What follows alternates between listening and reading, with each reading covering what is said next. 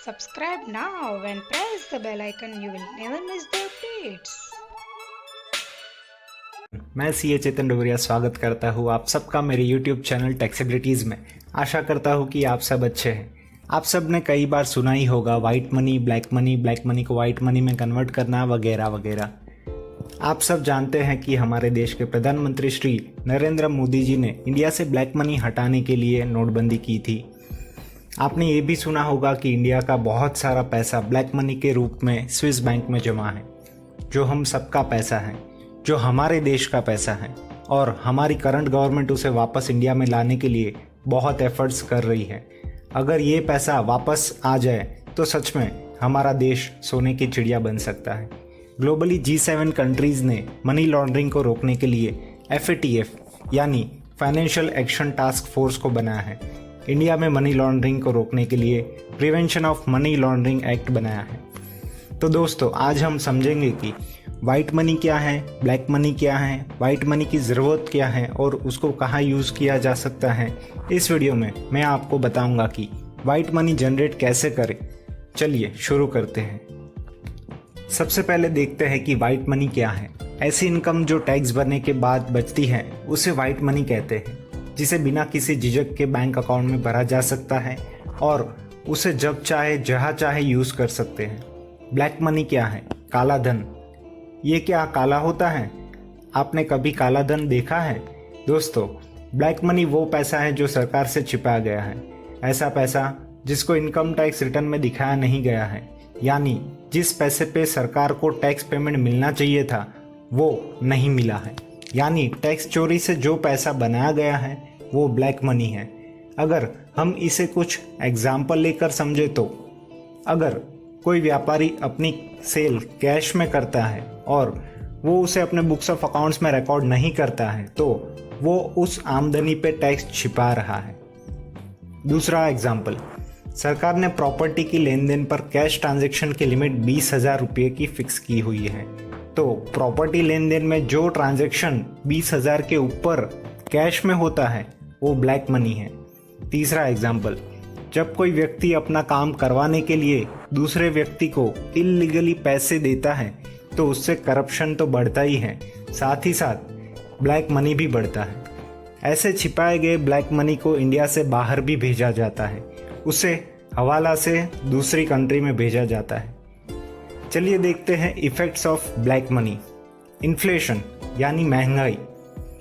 Agriculture industry में agriculture व्यापारी किसान भाइयों से बड़े पैमाने में कृषि उत्पाद यानी एग्रीकल्चर प्रोडक्ट कैश यानी कि ब्लैक मनी से खरीदते हैं और बल्क स्टोरेज करने के बाद जब मार्केट में उसकी शॉर्टेज होती है तब उसे ऊंचे दामों में बेचा जाता है, जिससे मार्केट में इन्फ्लेशन बढ़ता है।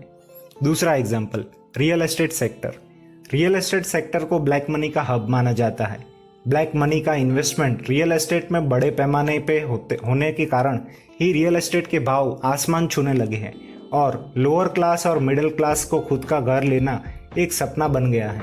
इसी तरह से ब्लैक मनी महंगाई बढ़ाता है, जो जनरल पब्लिक के लिए बहुत बुरा है। करप्शन।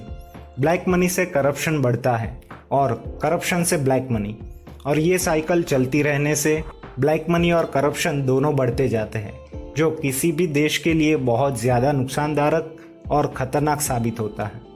क्राइम का बढ़ना। ब्लैक मनी का use drugs trafficking, smuggling, human trafficking, scam, terrorist activities, criminal activities इत्यादि में होता है, जो देश के लिए एक दीमक का काम करता है।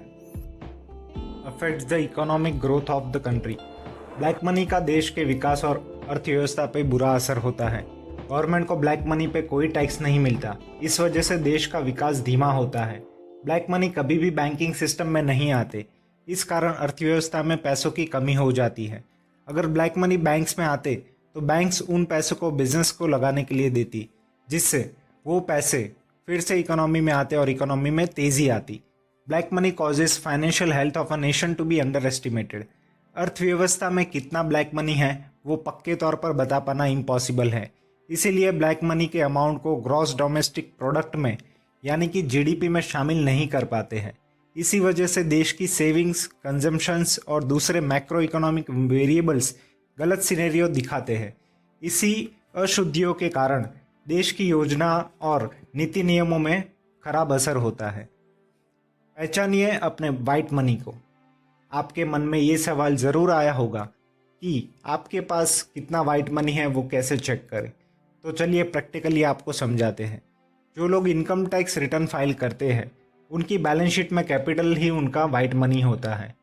वाइट मनी में आपके नाम की assets, investments, cash and bank balance सबको शामिल किया जाता है।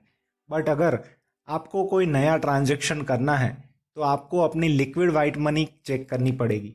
मतलब कि आपका कैश एंड बैंक बैलेंस का जो टोटल है वही आपकी लिक्विड वाइट मनी है, जो आप ट्रांजैक्शंस करते समय यूज़ कर सकते हैं। Need and use of white money. Financial transactions. जब भी आपको प्रॉपर्टी परचेज करनी हो या फिर शेयर मार्केट में ट्रेडिंग करना हो, गोल्ड में इन्वेस्टमेंट करना हो, बैंक में ज़्यादा कैश जमा करवाना हो, किसी को लोन या एडवांस देना हो, वगैरह वगैरह, तभी आपको वाइट मनी की ज़रूरत पड़ेगी। फॉर एग्जांपल, अगर आपको फॉरेन जाना है तो आपको बैंक में मिनिमम बैलेंस शो करना होता है। समझ लो कि आपको 20 लाख दिखाना है। अगर आप बैंक में एक साथ 20 लाख रुपया जमा करते हैं तो आपको इनकम टैक्स नोटिस आने का चांस बढ़ जाता है। लेकिन अगर आप इनकम टैक्स रिटर्न फाइल करते हैं और उसमें 20 लाख रुपया आपने सफिशिएंट वाइट मनी दिखाया हुआ है तो आप इजीली इनकम टैक्स नोटिस से बच सकते हैं। या फिर अगर इनकम टैक्स नोटिस आती भी है तो भी आप उसका आसानी से जवाब दे सकते हैं। आपको उस पर कोई टैक्स भी चुकाना नहीं पड़ेगा क्योंकि आपने ऑलरेडी उस इनकम पे टैक्स भर दिया होता है। How to generate white money. आपका रिटर्न रेगुलरली आप फाइल कीजिए। अगर आप टैक्स भरने के दायरे में नहीं आते हैं और आपको रिटर्न फाइल नहीं करनी है तो आप मैन्युअली आपके ट्रांजैक्शंस को रिकॉर्ड कर कीजिए और उसको मेंटेन कीजिए। फैमिली में सब अर्निंग मेंबर्स का इनकम रिकॉर्ड रखें, क्योंकि कई बार ऐसा होता है कि बड़े ट्रांजैक्शंस के लिए आपके पास सफिशिएंट वाइट बैलेंस नहीं होती है। तब आप अपने फैमिली मेंबर्स को ऑन पेपर साथ में लेकर ट्रांजैक्शंस कर सकते हैं। कई सारी फैमिली इनकम जैसे कि प्रॉपर्टी जो रेंट इनकम आती है, वैसी रेंट इनकम, जॉइंट फैमिली के पैसों पे इंटरेस्ट की इनकम, फैमिली बिजनेस जो कैश में चल रहा है, हम ये सारी इनकम फैमिली के नाम पे होने की वजह से हमारे रिटर्न में या किसी के भी रिटर्न में नहीं दिखा पाते हैं। तो इसका एक सॉल्यूशन ये है कि आप HUF क्रिएट कीजिए, अपनी फैमिली की इनकम को रिकॉर्ड पर लाइए, जिससे आपकी वाइट बैलेंस बढ़ेगी। एग्जिम्प्टेड इनकम को भी रिटर्न में दिखाना मत भूलिए, जैसे कि agriculture income, dividend income, partnership firm से जो भी प्रॉफिट आया हो वो, लाइफ इंश्योरेंस पॉलिसी की मैच्योरिटी अमाउंट। हम ये सारी इनकम को रिटर्न में दिखाने से चूक जाते हैं। आपने ये कहावत तो सुनी होगी, जो दिखता है वही बिकता है। मतलब जितना आप बैंक से ट्रांजैक्शन करोगे वो ऑन रिकॉर्ड रहेगा, जिससे इनकम प्रूव होगी और उससे आपकी वाइट बैलेंस बढ़ सकती है। टैक्स से बचने के लिए फेक डिडक्शंस ना दिखाएं, इससे कम इनकम दिखाते हो, जिससे कम वाइट मनी जनरेट होती है। अगर घर पे फीमेल अर्निंग मेंबर है तो उसका भी रिटर्न फाइल कीजिए। वुमेन एम्पावरमेंट को बढ़ावा देने के लिए गवर्नमेंट भी बहुत सारी स्कीम्स ला रही है, जैसे कि हाउसिंग लोन सब्सिडी, जिसे लेने के लिए आपको फीमेल मेंबर को ओनरशिप में इंक्लूड करना होता है। अगर फीमेल मेंबर के पास सफिशिएंट वाइट बैलेंस होगा तभी तो आप उनके नाम पर प्रॉपर्टी ले पाओगे ना।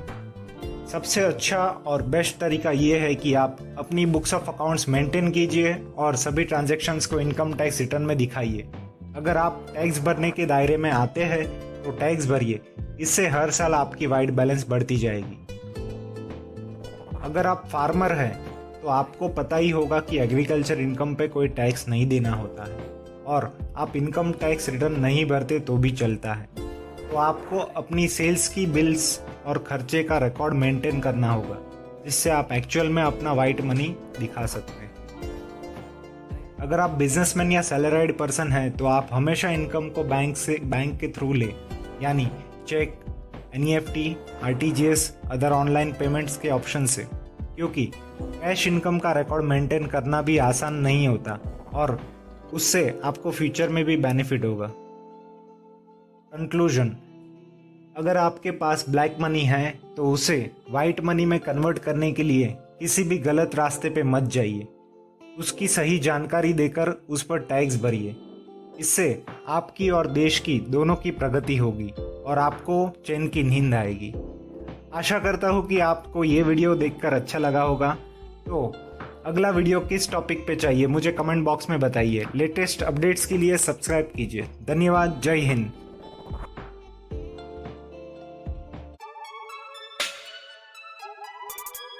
Subscribe now and press the bell icon. You will never miss the updates.